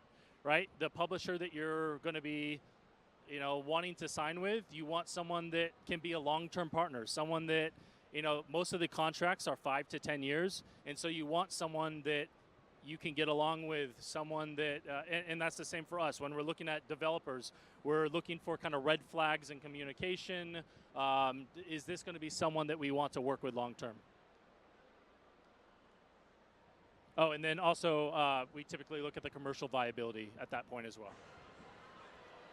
So at Occupara, and I would say most publishers will give you feedback if they review your game. We like to give pretty detailed feedback if we get to the place of actually playing the build. And, I usually recommend that you pitch in waves. You pitch to a handful of publishers, you get their feedback, you make any adjustments that you might need to make, you pitch to another wave of publishers, you get their feedback, you make any adjustments you need to make, and you keep doing this over and over and over, and maybe even starting with publishers that are not the top pick and working up to the ones that you feel are most important and most relevant for you. This way you can kind of get practice on publishers that if they pass, it's not as big of a deal for you, and you can refine your pitch, over time. The process is quite a long process. It can take up to several months sometimes going if we go through each of the steps to get your game. So usually from getting that first email through signing the contract, it can be a 2 to 3 month process.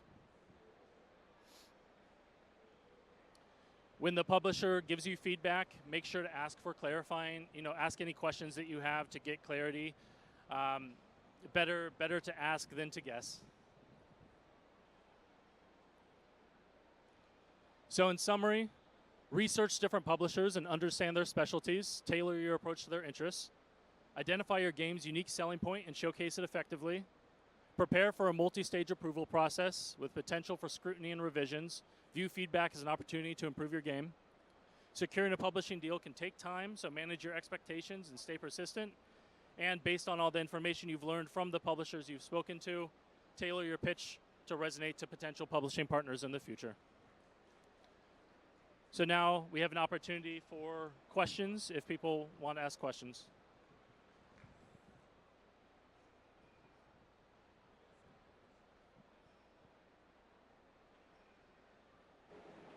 How do you see the framework for investment on this with publishers, with investing money on that? How do you see the framework, how they think and how they evaluate the cost of the... How do you, does any framework, how they evaluate the cost if they have to put money on it? How far do we need to go to clarify the milestones of the project, and how they evaluate the size of the team and things like that, and investment side?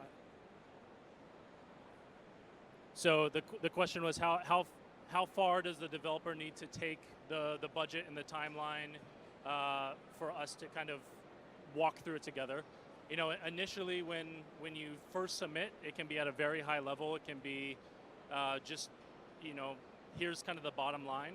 But once we get into the point of actually reviewing the details more, once we've actually played the game and we're talking to you more, we do typically go to like a, we want to see month by month, person by person, see the cost breakdown per person, see how long you're anticipating, the different people on your team are going to be working on the project.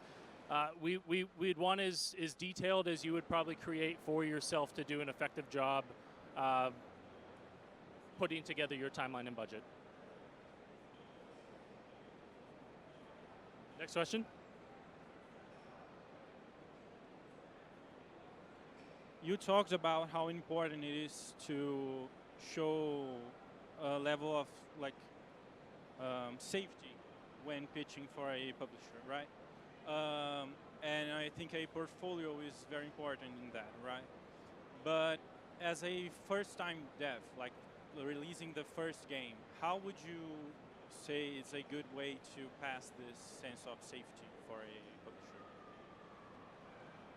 To me, the best experience for first-time developers is game jams. It's ultimately, you can go to school, you can, learn the best practices, but actually creating experiences, even if they're very small experiences, and taking it from start to finish, that to me is the best way, both for that, but also that's what we use for hiring as well. We want to see completed projects, even if that's 24-hour or 48-hour long projects. We want to see those completed, and that helps build our confidence that you can execute on something on a bigger scale.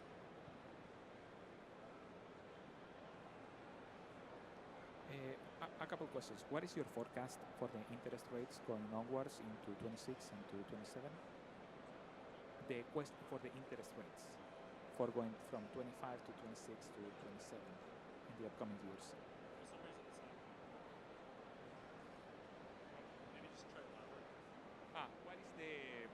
What is the forecast for the interest rates that you have seen for 25, for 26, and 27? In terms of genres or in terms of? No, the actual interest rates that you guys need to pay when you're taking a loan from so like the revenue. Because obviously that ensures the liquidity of what's to come in the next couple of years. So the question was, what?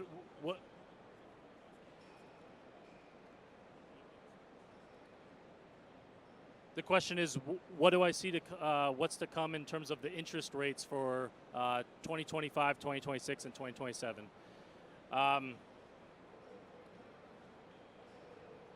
In terms of, I'm not quite sure how to answer the question. I'm sorry.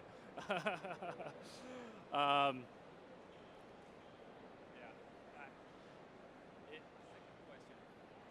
second question might be, what is your general perspective, and what are the actual rates that you need to pay in order to get the initial loan approval, for then you can hand that off into the developers? Because you obviously are in discussions with different banks with different lines of credit, and from your case, what is generally the margin of risk that you guys need to upfront when talking with indie devs? That's a very important point, because generally indie devs think that you guys have just like $5 million that you can hand off, right? But that's not the case. You generally have your own. That's generally not the case when you are talking with indie devs. You don't have like 5 million or like 2 million in your back pocket. You need to go and take a loan, and then it's another matter of discussions, and then you need to pay back that loan. So I think the disconnect here came from we don't take any loans. We don't take anything from the bank. Everything that we invest is cash that we have on hand. So we only make investments based on the profit of our previous investments. We're not doing anything with taking loans or taking money out before that. And that's not the same for other publishers, but that's how our team operates.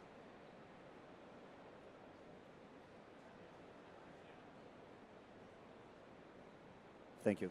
Is there an ideal moment or a better moment through development, a phase where companies should start reaching out to publishers? So the ideal moment to reach out to a publisher is, we say when you have your vertical slice. And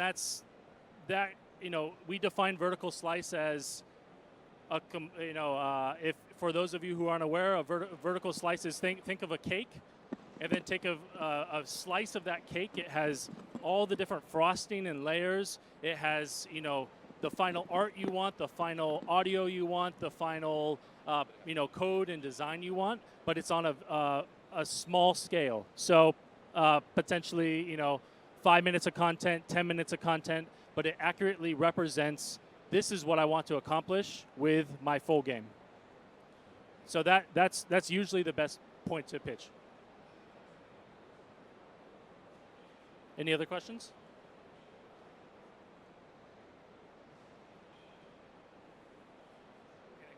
Portuguese or English? How do you see the VR market and publish in VR actually? So the VR market is it's challenging from a sales perspective, I would say.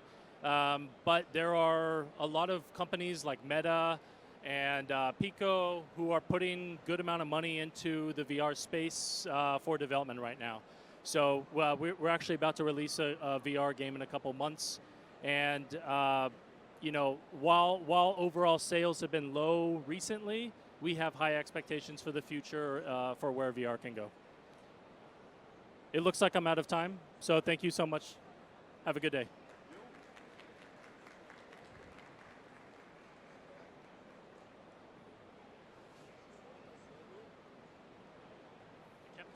Agradecer mais uma vez aqui o David. Inclusive, eu gostei muito das perguntas, porque eu queria justamente perguntar em um determinado momento, né, qual é o momento do pitch, né? E a galera perguntou isso. Acho que é bom, porque eu não preciso perguntar nos bastidores, né? Que aí eu falo assim, às vezes o convidado não quer responder, que eu estou incomodando ali o convidado. Galera, só para avisar vocês que a gente vai ter um curtíssimo intervalo por aqui, né, até o nosso próximo painel. Vai ser o último painel aqui do nosso Journey 1. Então, assim, tem um curtinho intervalo que é literalmente, se você, né, dar uma aceleradinha no passo para você ir até o banheiro e voltar, porque logo menos a gente vem para o último intervalo. Se você não quiser, a gente está tendo alguns painéis aqui simultâneos. É só você sintonizar no seu rádio o número 3 ou o número 5 para você poder acompanhar ali os painéis nesse momento. Então, pequeno intervalo e logo menos eu já estou de volta aqui para trazer o nosso próximo painel, beleza?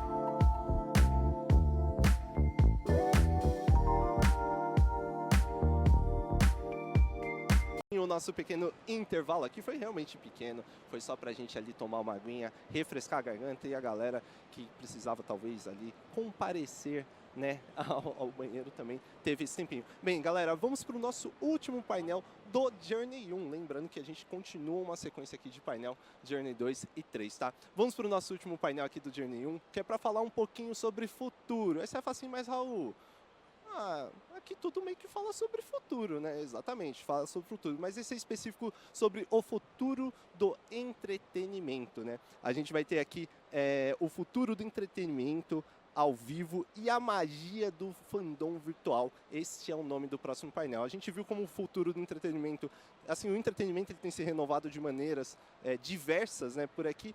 E para trazer um pouquinho mais sobre essas inovações e como é esse possível futuro, a gente vai ter aqui a Avery Chaves da Meta, que é justamente para comentar. O painel vai ser em inglês, então para a galera que quer sintonizar em português, inglês, no 2 aí no seu rádio. Vou até chamar a Avery para poder entrar por aqui para começar o nosso painel. Ela que já está esperando por aqui.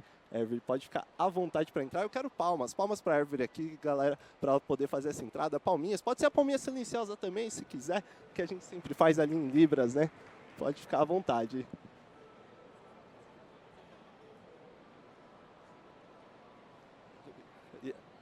Ok.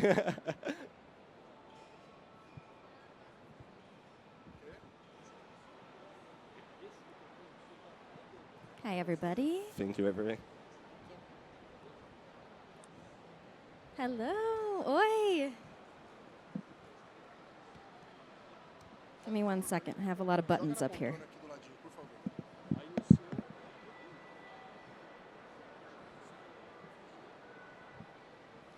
All right. Hello, everyone. Thank you so much to Gamescom for having me today. My name is Avery Chavez, and I'm a senior producer at Meta. I've worked in the VR industry for over 6 years now, and I'm focusing on bringing entertainment to life in virtual spaces. So how many of you remember your first concert or sporting event that you ever attended? Raise your hand. Remember your first concert? It's pretty memorable. I remember mine. It was with my dad. It was a country concert. I know Kyle likes country. And how many of you have attended some sort of show in virtual reality, or Roblox, or VR chat? Okay. Can anybody hear me? You can still hear me? Okay, good. Okay, so that's great. We have a few people who have attended concerts in virtual reality too. So entertainment is powerful. These experiences constantly stick with us. And as time goes on, the format for live entertainment has constantly evolved. Not long ago, we were all gathering in front of radios to listen to broadcasts together, and then television brought the visual storytelling to life. But now we can join each other in virtual reality to share experiences together, no matter where we are. So today we're going to explore the dynamic intersection of technology, creativity, and community, and how it's transforming entertainment as we know it. We'll dive into some case studies about that show the immersive world of virtual concerts, interactive storytelling experiences that blur the lines between fiction and reality, and we'll also talk about the thrilling realm of live sports, all as examples for how entertainment is evolving. And we're also going to talk about the importance of all of this and why we're doing it, which is to bring people together. So during the early days of COVID, I know we all remember, we saw an explosion of virtual concerts. With in-person events and large gatherings largely on hold, audiences were looking for alternative ways to experience music from their favorite artists. There was a Jean-Michel Jarre concert in VRChat. And then there was also a Travis Scott and Ariana Grande concerts, which were both performed in Fortnite. And these are massive numbers. 75 million people could not fit in a football stadium. Or they could, but they would all be piled on top of each other. So the desire to see our favorite artists perform expanded to virtual spaces. And this presented a real opportunity for innovation.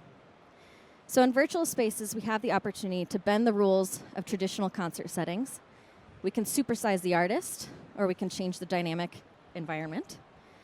We can change the environment to be alongside a song that's playing. We can also change the gravity in the world. That's always a little fun and nauseating. Or we can let the audience pick the lighting design. We can change the audio design and create conversation zones within the concert environment. I always find it very difficult to hear my friends, but we can actually create whisper zones. And we can invite friends from all over the world to be in the same place together, no matter where they're living. We have the ability to create compelling experiences that are both immersive and interactive for the audience, which has huge advantages.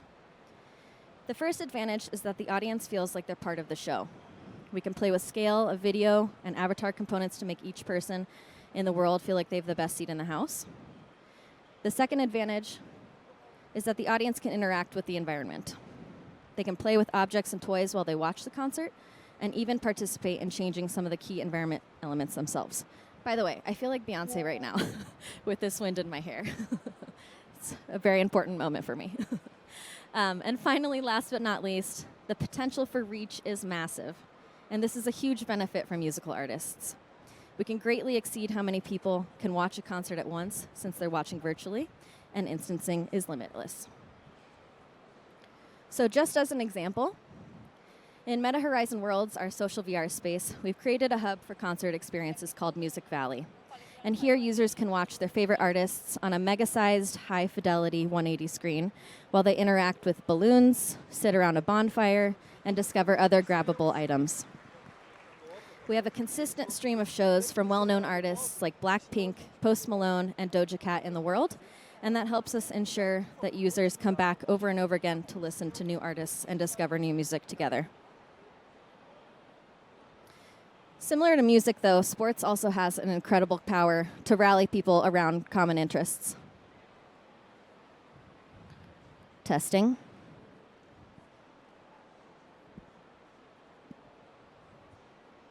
Testing, testing.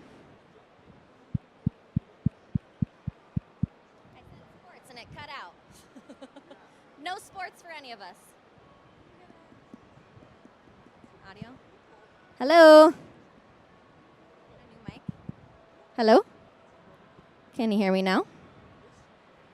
Are we good to go? Okay.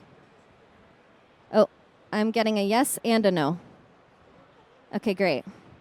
The microphone is not a sports fan. Okay, so similar to music, sports has an incredible power to rally people around common interests.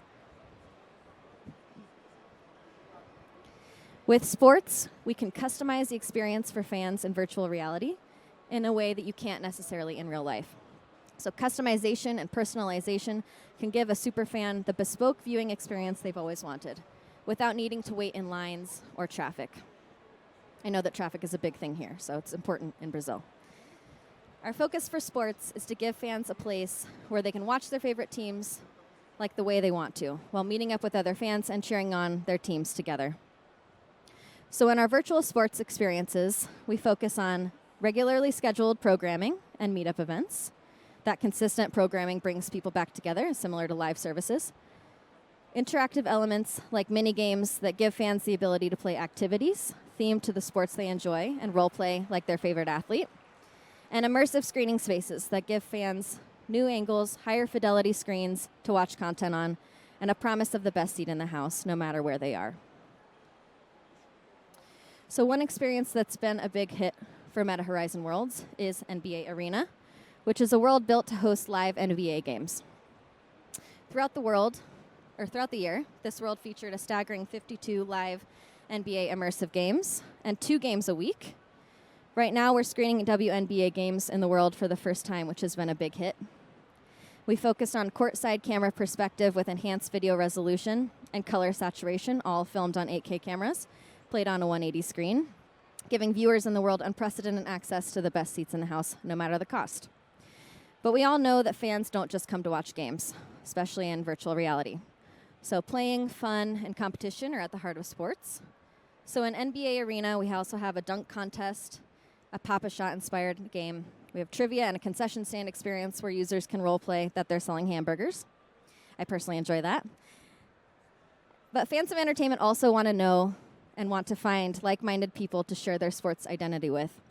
So we have an NBA store in the world that lets users purchase merchandise from their favorite NBA team to show off.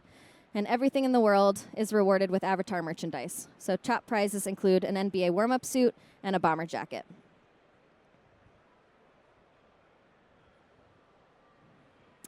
With X Stadium, we see why mixed reality is so effective for virtual sports entertainment.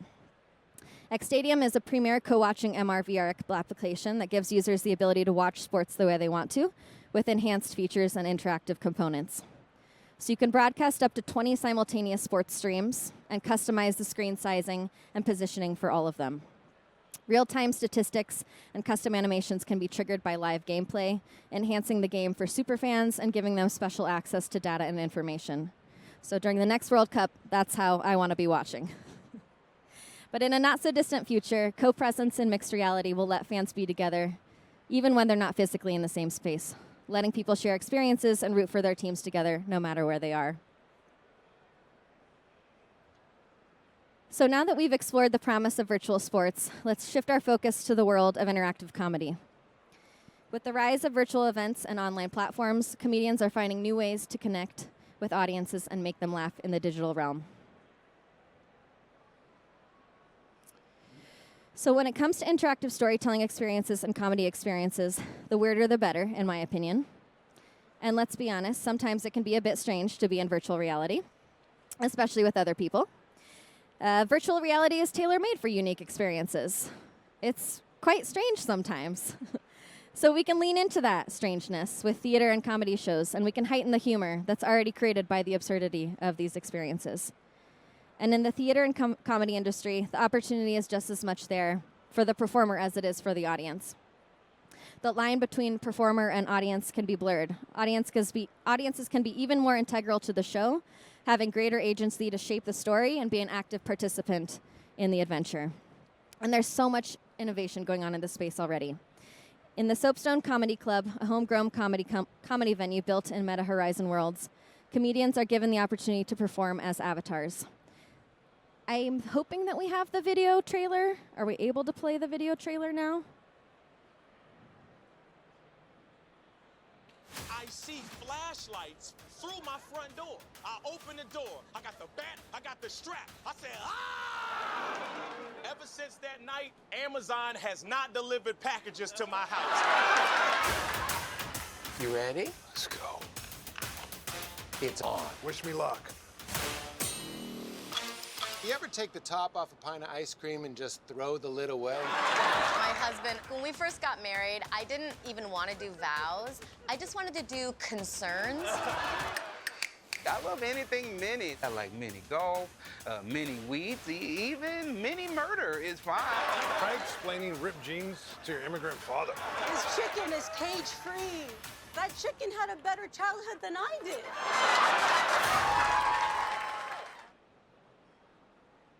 Thank you. I see flashlights through my front door. I open the door. I got the bat, I got the strap. I said, ah! Can we pause the video? Ever since that night, Amazon has not delivered So good you had to packages see it my twice. house. You ready? Let's go. It's on. Wish me luck. You ever take the top off a pint of ice cream and just throw the lid away? My husband, when we first got married, I didn't even want to do vows. I just wanted to do concerns. I love anything mini. I like Can we mini get the golf, video stopped? Mini weeds, even mini murder is fine. Try explaining ripped jeans to your immigrant father. This chicken is cage-free. That chicken had a better childhood than I did. Okay, now we can stop it. I see Oh, goodness. flashlights through my front door. I open the door. Thank you. Okay, so for Soapstone Presents Comedy, we work with 6 well-known comedians and brought them to life in Meta Horizon Worlds for avatar-based performances, which is really a first-of-its-kind series. And it's as close to live comedy as you can get without leaving the comfort of your home. So for established comedians like those in the Soapstone Presents series, performing in a new VR format, in a new format like VR, can be invigorating, and it can also inspire a whole new persona or a variety of jokes for their comedy. It can provide a whole new way of looking at how they perform. The way a joke is delivered and is received, it changes in VR because of how we're embodied as avatars instead of our human form. And it can open up the possibility of performing to a whole new set of audience. For up-and-coming comedians, performing virtually can be less intimidating, making it more possible for new people to try the format. Introverts or those who have accessibility issues may not traditionally be able to perform in a public comedy club, but they may be more willing to actually try it in virtual space. And each month in the Soapstone, tens of thousands of people are invited to perform in open mic experiences, which is quite amazing. But what makes performance in virtual reality so special isn't just the flashy lights or the technical advantages, it's often the people. So many different people from all over the world can come together to create something truly special. And that's especially true in the Under Presents, which is an existing application on the MetaQuest store developed by TenderClaws. It's a bit hard to define what the Under Presents is because it's so unique, but I'll do my best. As I define it, it's essentially an immersive theater experience inside a multiplayer game experience. And for a limited time, TenderClaws invited live actors to perform and interact with users in the experience.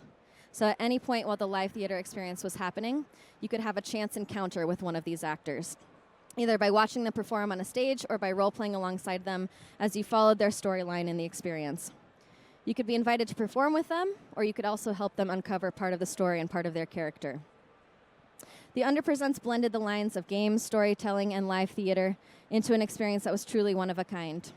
It provided actors with a space where they could log in and perform at any moment, and really excited audiences because they were hoping for that one-of-a-kind experience. So in the future, you could also see this being a revenue stream for actors who are looking for jobs in between gigs. So this brings me to the end of my talk. I've completely lost track of time, so I have no idea if I have time for a Q&A. Hopefully somebody will kick me off the stage when they're ready. But before we start that, I want to just say that the future of entertainment is here. It's in virtual spaces. Advancements in technology, audio, and interactivity and co-watching hold the promise of once-in-a-lifetime type experiences. And these are the kinds of events and experiences that you'll remember. So the next time somebody asks you, have you been to a virtual show? Hopefully in a few years, you'll raise your hand. You'll say, yes, and I remember that. So thank you. Developers and creators like yourselves hold the keys to amazing experiences like this. So please keep dreaming. Come find me, and we'll make magic together. Thank you. Does anyone have questions until they kick me off the stage? Raise your hand.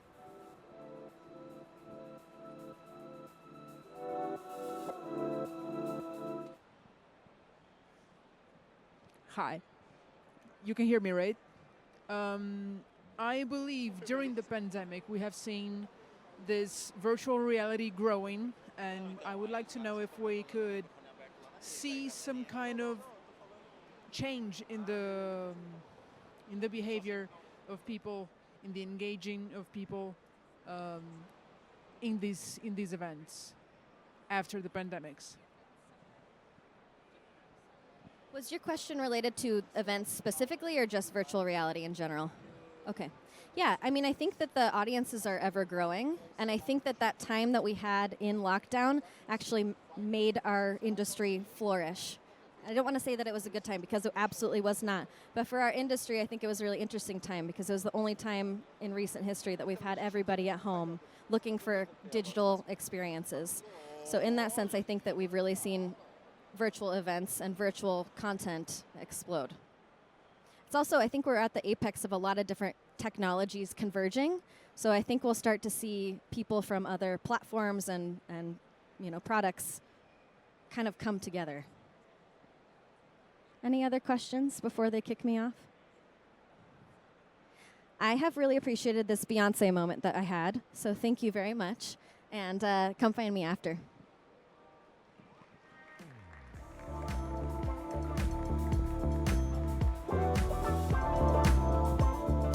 Thank you so much. I think you can leave there. Thank you, Avery.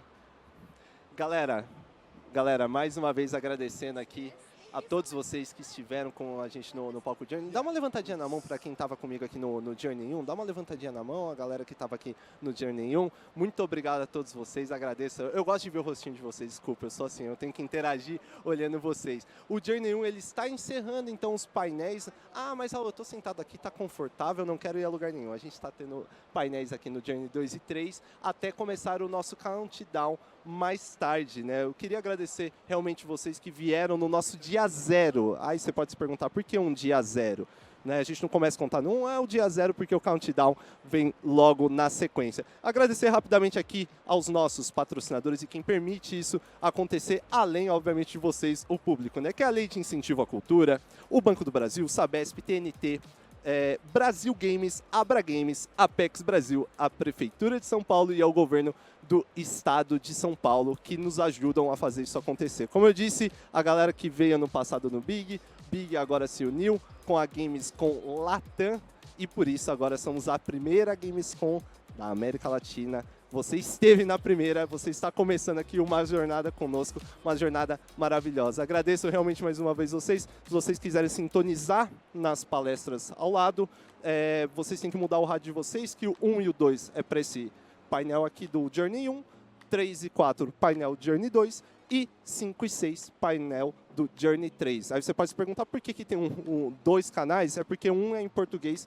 e o outro é em inglês. Então, só para a galera não se perder, para a galera acompanhar. Quer treinar um pouquinho do inglês? É sempre bom, né? Eu sempre aproveito para dar uma treinadinha no meu inglês. Agradecer também a Eslováquia, que esteve aqui com a gente um pouquinho mais cedo, ela que apresentou o começo, só para introduzir vocês, né? Estaremos aqui, eu e ela, né, estaremos aqui eu e ela durante os outros dias também. Se vocês quiserem seguir minha rede social, é @raulesrib em todas as redes, seja Instagram, Twitter, interajam mais um pouquinho no Twitter. Eu vou até deixar ela aqui encerrar também. Calma aí, deixa eu pegar o seu mic aqui, Eslováquia. Gente, me despedir. Eu, Eslováquia, a gente estava dividindo o palco. E vamos dividir muito mais, né? Vamos dividir muito mais, porque ainda tem muito mais para rolar. Esse foi o dia 0. Vocês têm noção?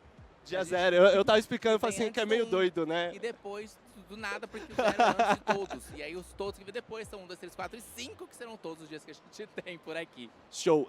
Fala suas redes também, aproveita pra galera poder seguir. Minhas redes, @House of Slovakia, HOUSCOFSLOVAKIA, House of Slovakia. Perfeito. Cara, como você soletrou isso tão rápido? Entendeu? Eu era do Spelling Bee. Uso numa frase, não, brincadeira. Galera, muito obrigado mais uma vez. Como eu disse, painéis ainda rolando no 2 e 3. A gente volta amanhã aqui nesse palco. Na verdade, a gente volta pro countdown que começa daqui a pouquinho. Então, aproveitem aí, galera. Valeu, beijos, viu? Obrigado, beijo, até mais. Até mais, gente.